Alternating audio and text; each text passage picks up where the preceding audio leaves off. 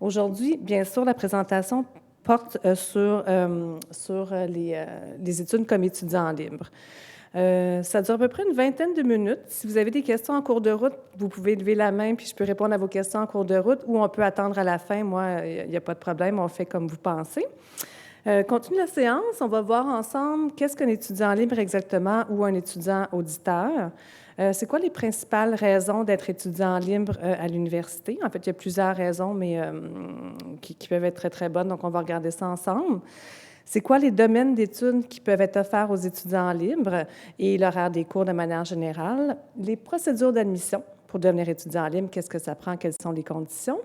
Comment faire votre choix de cours? Quels sont les frais de scolarité aussi pour 1, 2, 3? En fait, on peut aller jusqu'à 5 cours par session, mais donc, quels sont les frais de scolarité? Si on a des perspectives de financement des études comme étudiant libre, la réponse tout de suite est oui. Et comment faire ensuite pour transférer dans un programme régulier? Parce qu'on sait qu'il y a beaucoup d'étudiants en ligne qui, en fait, viennent s'inscrire à des cours comme étudiants pour aller chercher ce qu'on appelle une base études universitaires et transférer ensuite dans des programmes. Donc, on verra ça plus tard. Je vous mettais une petite période de questions à la fin, mais vraiment, pas de gêne de lever la main s'il y a une question. On peut répondre en cours de route. Étudiant libre auditeur, juste vous présenter peut-être la différence un peu entre les deux et la différence avec un étudiant régulier dans un programme. Un étudiant libre, donc, c'est une personne qui est admise à l'université pour y suivre un ou des cours. Un maximum de 10 cours peuvent être suivis comme étudiant libre. Après, on demande aux gens de choisir un programme idéalement. Donc, ce n'est pas quelqu'un qui est admis dans un programme. Il n'y a pas de diplôme qui est donné pour des études faites comme étudiant libre, mais les étudiants qui font leurs cours avec ce statut-là sont dans les mêmes cours que les autres étudiants. Puis je prends un exemple, un cours de comportement organisationnel ou de marketing qui fait partie d'un bac en gestion, commercialisation de la mode ou un bac en administration.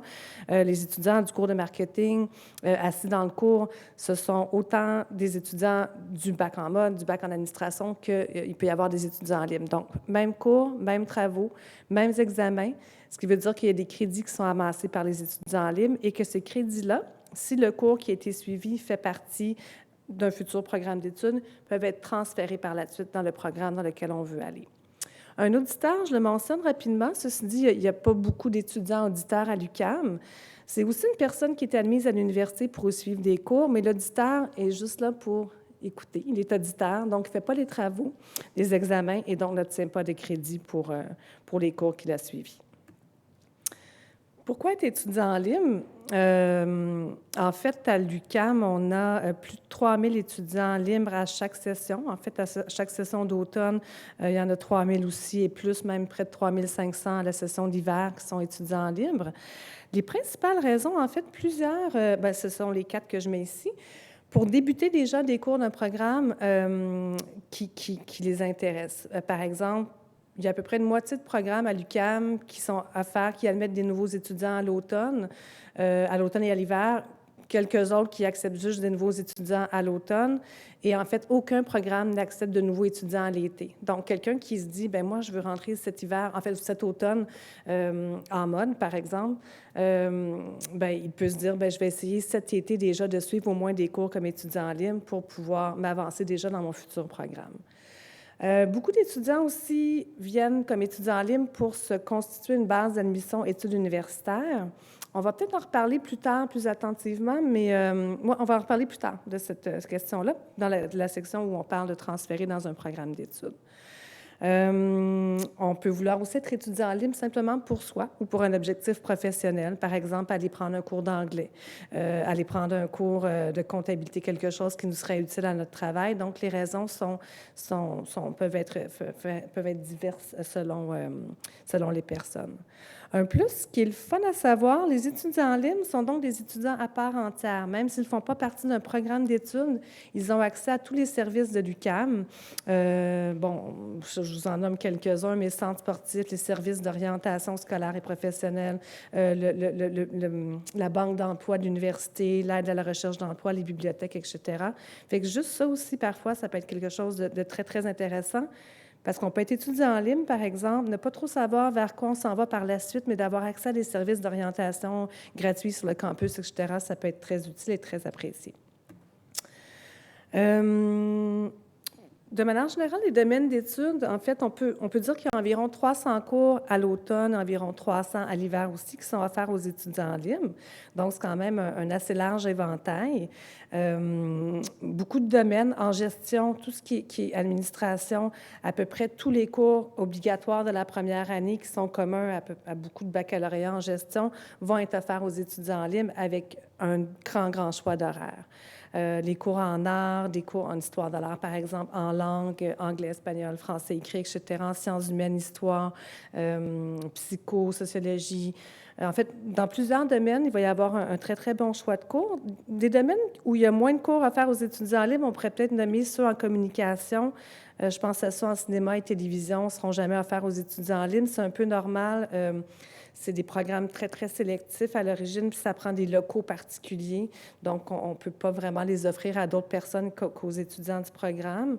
Quelques cours en éducation qui vont être offerts aux étudiants libres, mais surtout les cours obligatoires, parce que c'est sûr qu'un cours de préparation au stage d'enseignement ne sera pas offert aux étudiants libres, ça n'aurait pas lieu. Quelques rares cours de droit, travail social et, bon, en sciences, tout ce qui est biologie, microélectronique, informatique, etc. Il peut y avoir quelques cours à faire aux étudiants libres, mais il n'y en aura pas beaucoup. C'est normal, encore une fois. Cette fois-ci, c'est parce qu'ils demandent des prérequis, disons, assez poussés dans le domaine, fait que ça serait difficile d'arriver sans avoir validé ces prérequis-là. Juste mentionner que oui, là, aujourd'hui, on parle un peu étudiants libres pour cet été ou pour l'automne qui s'en vient. On va voir des dates tout à l'heure puis des procédures d'admission et d'inscription. Il y a beaucoup moins de cours qui sont offerts l'été de manière générale, donc c'est sûr qu'il va y en avoir moins aussi pour les étudiants libres, mais il y en a quand même qui le sont. Horaire de cours usuel, l'UQAM est ouverte du lundi au samedi, même, je pense qu'il y a même des cours le dimanche. Oui, il y a des cours le dimanche parfois. Les horaires, d'habitude, c'est soit le matin, 9h30 à 12h30, 14h à 17h, 18h à 21h. Les étudiants des programmes d'études, par exemple, pour un cours de marketing obligatoire, là, vont avoir un choix de cours absolument très large de cours. Ils peuvent décider de prendre leur cours de marketing le lundi matin, le mardi après-midi, le mercredi soir, name jusqu'au samedi. Pour les étudiants libres, il va y avoir un petit peu moins de choix, mais il y en a quand même beaucoup pour ces gros cours très populaires-là. Dire aussi que les cours offerts aux étudiants libres peuvent être offerts à Montréal, ici sur le campus à Berry-UQAM, et dans les campus en région métropolitaine qui sont à Longueuil, Laval, l'ouest de l'île et la Naudière. Ça va jusqu'à maintenant. Est-ce que je parle trop rapidement? C'est correct, si vous me suivez. Pour faire une demande d'admission comme étudiant en ligne, c'est très simple. Ça se fait juste en ligne. En fait, j'ai ici, je vous le donnerai tout à l'heure, mais j'ai la copie de ma présentation. Donc, vous avez l'adresse Internet pour retrouver la demande d'admission et l'information étudiant en ligne. Ça se fait en ligne, c'est pas compliqué. Ce qu'on demande, en gros, c'est vos coordonnées personnelles et les frais de demande d'admission de 89 $. Je passe rapidement sur les dates limites parce qu'on va les revoir tout à l'heure, puis ça va être mieux expliqué avec le reste du processus. Les conditions d'admission pour être étudiant libre au premier cycle, donc au baccalauréat et au certificat, c'est d'avoir 21 ans au premier jour du mois du début des cours. Donc, quelqu'un qui voudrait commencer, par exemple, en septembre, devrait avoir 21 ans au 1er septembre pour pouvoir commencer à l'automne 2016. Malheureusement, s'il y a 21 ans au 2 septembre, en tout cas, ça ne fonctionne pas, mais c'est rare que ça arrive. Il n'y a pas tant de gens qui sont nés le 2 septembre, 2 mai et 2 je ne sais pas quoi, là, pour hiver, 2 janvier. Ou d'avoir un DEC complété ou l'équivalent d'un DEC complété. Est-ce que, j'imagine que vous avez tous 21 ans et plus, en fait, à première vue, ça va. Donc, c'est la seule chose qu'on a besoin. Et pour ces raisons, puisque ce sont les seules conditions qui sont exigées pour être étudiant libre, quand on fait la demande d'admission en ligne, on demande de fournir le certificat de naissance. En fait, on numérise et on le joint à la demande d'admission. Ceux qui n'ont pas 21 ans, à ce moment-là, vont fournir leur code permanent du ministère de l'Éducation pour démontrer que leur DEC est complété, ou encore des copies des diplômes et relevés de notes qui équivalent au DEC pour les études faites à l'étranger. Enfin, les personnes qui sont nées à l'étranger doivent aussi fournir avec leur demande d'admission la carte de citoyenneté canadienne ou la preuve de résidence permanente. C'est pour une question de frais de scolarité, notamment. Je pense pas qu'il y ait des gens dans la salle ici qui souhaitent faire une demande d'admission comme étudiant libre au cycle supérieur, mais pour le profit de ceux qui pourraient nous écouter à la maison présentement, en fait, on peut se dire que pour faire une demande comme... On peut être étudiant libre au cycle supérieur, mais la démarche, elle est différente. Il faut d'abord obtenir une autorisation de la part du directeur du programme du cours dans lequel... Non, pardon, de faire une demande d'admission donc au directeur du programme dans lequel le cours qui nous intéresse est offert. Et ça, généralement, bien, la direction de programme va demander à ce que vous ayez la preuve que vous avez déjà, mettons, un baccalauréat pour pouvoir être admissible à la maîtrise. Puis une fois qu'on a une fois qu'on a cette preuve-là, en fait, l'autorisation écrite du responsable du programme, on se pointe tout simplement au comptoir du registrariat ici sur place pour se faire inscrire comme étudiant libre avec, encore une fois, le certificat de naissance. Le certificat de naissance, cette fois-ci, c'est surtout pour juste démontrer votre... mon Dieu. En fait, pour qu'on ait votre nom complet, votre date de naissance de manière officielle. Je reviens au cours, surtout peut-être au premier cycle, mais ça va être le même principe. Non, en fait, l'inscription au cours pour les cours de premier cycle, donc baccalauréat, certificat. Une fois qu'on a fait la demande d'admission en ligne, l'université envoie par la suite une autorisation d'inscription et un mot de passe et toutes les inscriptions pour s'inscrire au cours. Donc, il vous envoie toutes ces informations pour que vous puissiez vous inscrire vous-même en ligne et vous dit où aller trouver la liste des cours qui sont offerts aux étudiants libres. Actuellement, par exemple, cette liste-là, elle est déjà disponible, étudiants libres, cours, pour les cours qui sont offerts à tous cet été, mais ce n'est pas la liste finale. On va voir tout à l'heure, c'est quand est-ce que la liste finale et réelle des cours offerts aux étudiants libres va sortir.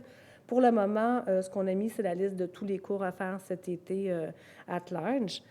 Vous expliquer pourquoi actuellement ce n'est pas une liste complète et c'est indiqué sur le site aussi, c'est parce que les étudiants des programmes, c'est eux qui ont priorité pour s'inscrire au cours. Donc, au fur et à mesure qu'ils s'inscrivent, si un cours se remplit, ils s'enlèvent la banque de cours offerts aux étudiants libres. Inversement, c'est quand même très... inversement, si en cours de route, il peut y avoir des cours qui vont s'ajouter aux étudiants en ligne parce qu'il y a des places qui se sont libérées dans certains programmes. Donc, c'est pour ça qu'il faut attendre les dates que je vais vous montrer tout à l'heure pour bien savoir qu'est-ce qui est offert. Intéressant à savoir, un étudiant libre qui a été admis puis qui s'est inscrit une session va automatiquement pouvoir s'inscrire comme ça jusqu'à son maximum de 10 cours possibles à des sessions suivantes grâce à son même mot de passe et NIP. Bon, les dates importantes à retenir, je vais peut-être présenter de deux façons.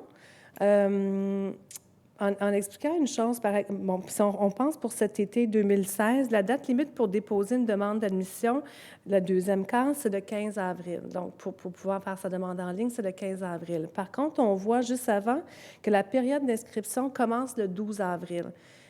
Et là, les cours disponibles aux étudiants en ligne sont lancés sur le web. Ceux qui ont déjà leur NIP et leur mot de passe parce qu'ils ont fait une demande d'admission auparavant peuvent déjà commencer à s'inscrire.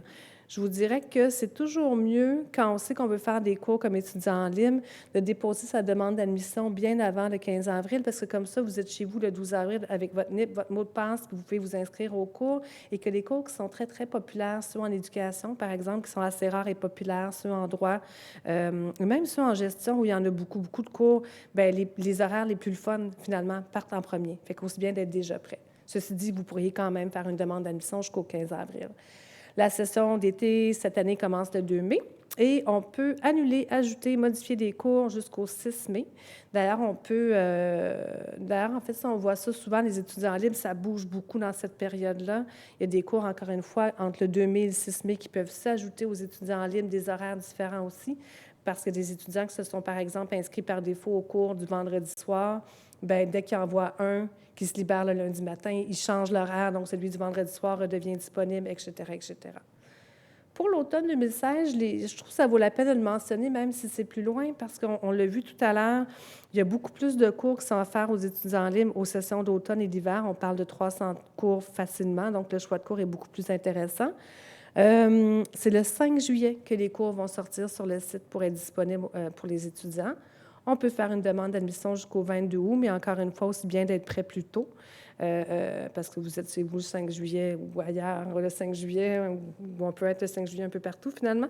Vous pouvez donc vous inscrire dès le 5 jusqu'au 13 septembre, jusqu'à la dernière, qu'on peut s'inscrire, ajouter des cours, en enlever, etc. Et la session débute le 6 septembre. On vous présente rapidement les frais de scolarité par trimestre. Vous voyez, la première ligne parle des droits de scolarité qui incluent des frais qui sont fixes, en fait, selon le nombre de crédits. C'est 256 $. Après, tous les autres frais qui s'ajoutent, ça existe dans toutes les universités ici, des frais généraux, c'est des frais fixes, si on veut, qui remontent quand même à environ 117 $, qui portent le total d'un cours à 372 $. Par contre, si quelqu'un prend un deuxième cours, on ne rajoute pas, il ne faut pas calculer qu'on paie 2 fois 372. Enfants, on va payer le 372 pour le premier cours. Un deuxième cours va être chargé à 256, un troisième à 256, etc., vu qu'on a déjà payé les frais généraux. Fait que quelqu'un qui veut étudier à temps complet, c'est sûr que c'est beaucoup plus avantageux en termes de frais de scolarité, d'autant plus que quelqu'un qui étudie à temps complet va avoir accès aux prêts et bourses du ministère de l'Éducation. Donc, les étudiants libres, tout comme les étudiants des programmes d'études, ont accès aux prêts et bourses du ministère de l'Éducation. Ceci dit, uniquement s'ils sont inscrits à temps complet, donc s'ils suivent 12 crédits ou plus par trimestre, c'est-à-dire 4 cours ou plus par trimestre. Transférer dans un programme après avoir été étudiant libre, je sais qu'il y a des gens ici dont c'était l'objectif de pouvoir transférer dans un programme. D'abord, expliquer que les bases d'admission possibles dans un programme régulier de premier cycle, donc baccalauréat ou certificat, sont généralement l'une des 4 suivantes. Donc, le plus simple, souvent, c'est la base DEC. Les gens qui sont passés par le cégep, qui ont un DEC complété avec une bonne moyenne, etc., pour eux, c'est simple, déposent leur DEC. S'ils ont la moyenne requise pour entrer au programme, ils peuvent rentrer. C'est sûr qu'il peut y avoir des conditions supplémentaires dans certains programmes. Il peut y avoir des auditions, des portfolios, etc., mais grosso modo, c'est la base DEC qu'on revoit le plus souvent, nous, dans nos programmes d'études. L'autre base qu'on retrouve beaucoup, en fait, il y en a plus que... Non, les 4, on les retrouve beaucoup. Base expérience professionnelle. Donc, quelqu'un qui n'a pas de DEC, mais qui a travaillé parfois 1 an, parfois 2 ans, selon les programmes, dans un domaine relié au programme d'études qu'ils visent, peuvent déposer leur demande d'admission sur la base de leur expérience de travail et donc déposer les attestations d'employeurs qui démontrent qu'ils ont travaillé dans le domaine, etc. Fait que ça, c'est une autre base d'admission qui existe. Il y a la base d'études Art Québec. Je ne rentrerai peut-être pas dans les détails, mais on reçoit de plus en plus d'étudiants qui sont formés un peu partout dans le monde entier. Et là, il y a des équivalences de diplômes qui sont données par le ministère de l'Immigration et des communautés culturelles. Mais grosso modo, si on a l'équivalent d'un DEC, même si c'est fait à l'étranger, on est admissible au programme de premier cycle. Et la raison pourquoi plusieurs étudiants libres sont inscrits comme étudiants libres, justement, c'est pour essayer de rentrer dans la base études universitaires. Donc, quelqu'un qui n'a pas le DEC, qui n'a pas tout à fait d'expérience assez poussée dans le domaine qu'il vise pour pouvoir entrer sur cette base-là, peut se dire, bien, moi, je vais faire des cours universitaires et selon les programmes, on va demander de 5 à 10 cours réussis au moment de la demande d'admission pour pouvoir donc déposer sa demande sur la base de ses études universitaires. On va regarder la moyenne, c'est sûr. La moyenne requise va varier selon les programmes. Mettons, elle se tient environ autour de 70 % pour entrer en gestion. Là, j'essaie de vous faire une équivalence selon un autre système de notation. Ce n'est pas le même qu'on utilise à l'université. Ce qui est super intéressant aussi, ceux qui veulent aller chercher une base d'études universitaires, c'est que l'idéal, c'est d'aller chercher les 5 cours qu'on a à faire, par exemple, pour entrer en mode ou en administration ou en histoire, peu importe, nommez-les, psychologie, travail social, etc. C'est d'aller chercher les 5 cours qui, idéalement, font partie de notre futur programme, parce qu'on l'a vu tout à l'heure, les cours suivis comme étudiants libres peuvent être crédités ensuite au futur programme, donc on n'a pas perdu notre temps, entre guillemets. On ne peut pas toujours, selon certains programmes, aller chercher 5 ou 10 cours qui vont faire partie de notre futur programme, mais au moins, à ce moment-là, aller chercher quelque chose de complémentaire au domaine qui nous intéresse. On a mis une petite attention, c'est important parce que les crédits doivent être complétés au moment où on fait le dépôt de la demande d'admission. Vous le savez peut-être, d'habitude, pour faire une demande d'admission pour commencer cet automne, c'est le 1er mars, la date limite. Fait que quelqu'un qui ferait, mettons, qui serait dit, bien, moi, je commence mes cours en janvier, au 1er mars, ses résultats ne sont pas sortis, donc il ne peut pas se présenter pour septembre, pour qu'il se représente pour l'année d'après, pour pour l'hiver suivant. Et ça, base d'études universitaires, dans la description de chacun des programmes, ça va être indiqué si ça vous en prend 5 ou 10. Mais grosso modo, la plupart des programmes vont demander 5 cours réussis. Ben, vous dire, ceux qui demandent 10, c'est des programmes beaucoup plus contingentés, le droit, entre autres. Quand on veut transférer dans un programme après avoir été étudiant en ligne, il y a beaucoup de personnes qui connaissaient déjà leur objectif professionnel de formation, donc sont déjà assis ici, font déjà des cours en sachant qu'ils veulent aller dans X programme. Ceci dit, ceux qui ne sont pas sûrs de la chose, bien, ils peuvent aller évidemment rencontrer les professionnels du service d'orientation de l'université. On y a accès, c'est gratuit quand on est étudiant, etc. Et donc, préciser quels seraient les programmes les plus intéressants pour eux. Ensuite, là, si le processus va être différent, on a vu rapidement que faire une demande d'admission comme étudiant en ligne, c'était très, très simple. C'est vraiment essentiellement donner son nom, certificat de naissance. Mais pour faire une demande d'admission dans un programme, là, les conditions d'admission peuvent varier. On peut exiger une moyenne minimale. Il peut y avoir des entrevues dans certains domaines, etc. Mais la majorité des programmes de premier cycle vont fonctionner sur études de dossier où on regarde uniquement les notes, les résultats académiques obtenus. Puis une fois qu'on est admis, bien, c'est là qu'on demande les reconnaissances d'acquis pour les cours qu'on a suivis comme étudiants en ligne pour s'assurer qu'ils sont transférés dans notre futur programme et qu'on n'aura pas à les refaire après. Conditions s'appliquent. En fait, la seule condition, c'est qu'on demande une note de C- pour pouvoir transférer un cours. Fait que si vous aviez fait un cours comme étudiant en libre et que vous avez D, mettons, ça n'a pas été super bien réussi, bien, le programme va vous demander de le recommencer. Fait que ça serait la condition d'admission. Puis ensuite, bien, on fait notre inscription dans votre nouveau programme. C'est déjà tout. Je ne sais pas si c'est un survol assez rapide, mais en même temps, c'est quand même un processus simple. Ça peut être toujours intéressant aussi de commencer comme étudiant libre pour voir aussi si on aime une discipline, si on est à la bonne place, voir aussi peut-être s'en suivre 5 cours en un coup, en suivant peut-être 1 ou 2 à la fois. Ça va être quoi le niveau, à quel point je vais travailler puis mettre d'art dans mes études, etc. Donc voilà, je ne sais pas si vous avez des questions ou... En fait, on peut faire les questions ensemble. On peut faire les questions ensemble ou on peut s'en parler. Oh, écoutez, je vous laisse y aller. Si vous avez des questions, soyez à l'aise.